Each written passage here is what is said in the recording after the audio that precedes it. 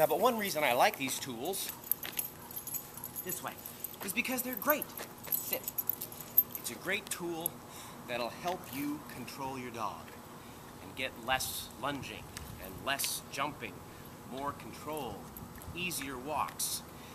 In my opinion, this tool, just like any training tool, correction collar, training collar, head collar, anti-pull harness, all of these devices are to be used only as long as they're needed and then discarded, so your dog is just walking with a regular collar or a harness that attaches on the back. Because right now, this is going to really help us, but you want to train your dog.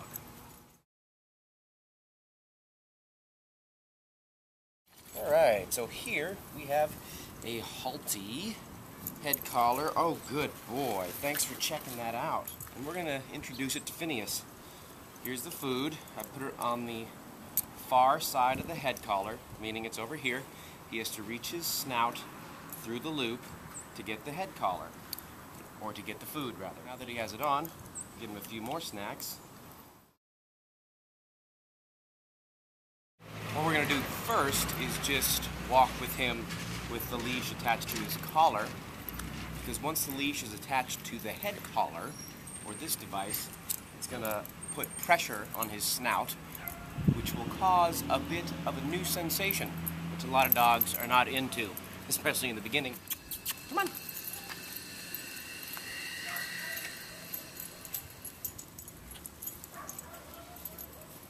Good boy. So I'm going to probably see some new behaviors with his mouth because he's not used to wearing the device. So we're just going to walk with him. Phineas, let's go. So you already see him starting to mess with it. Phineas, let's go. So I'm going to use the name game. There, he's rubbing on my leg. Phineas, let's go. All right, so now we're going to see some super duper quick anti-head collar messing training. Here we go. When the head collar is attached, come here, what you can do is discourage the fussing by creating a bit of tension, pulling up with the leash. Good boy. So walking, feeding, let's go. We can continue our training, but now he's wearing a device. Sit, but he can respond. And if we're training, he's not thinking as much about this strange new sensation of wearing a head collar, which again can be annoying for a dog, so you get all this kind of behavior that the dog is trying to get the device off.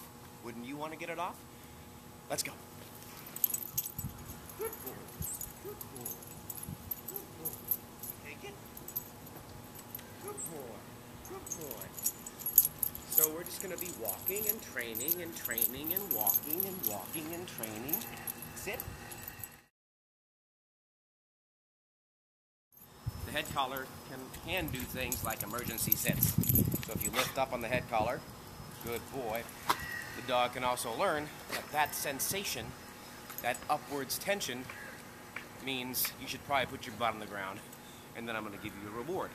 So if your dog is not listening to your cues, you can also use this device to get the dog into a sit, which can be helpful in some circumstances.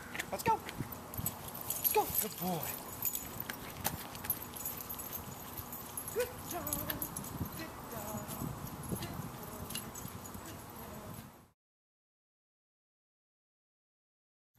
When a dog is first learning how to live or adapt to wearing a head collar, they need lots of feedback, lots of training. Okay? So don't just stick it on and think, hey, we made it. Let's go. What you're going to find with your dog is going to be unique to your dog and your situation. But I am telling you, you're going to need to give your dog some kind of feedback which tells him that messing with the head collar is not going to work. All right? Because if they get into the practice of fiddling with the head collar and then getting it off, then they're always going to fiddle. Get it?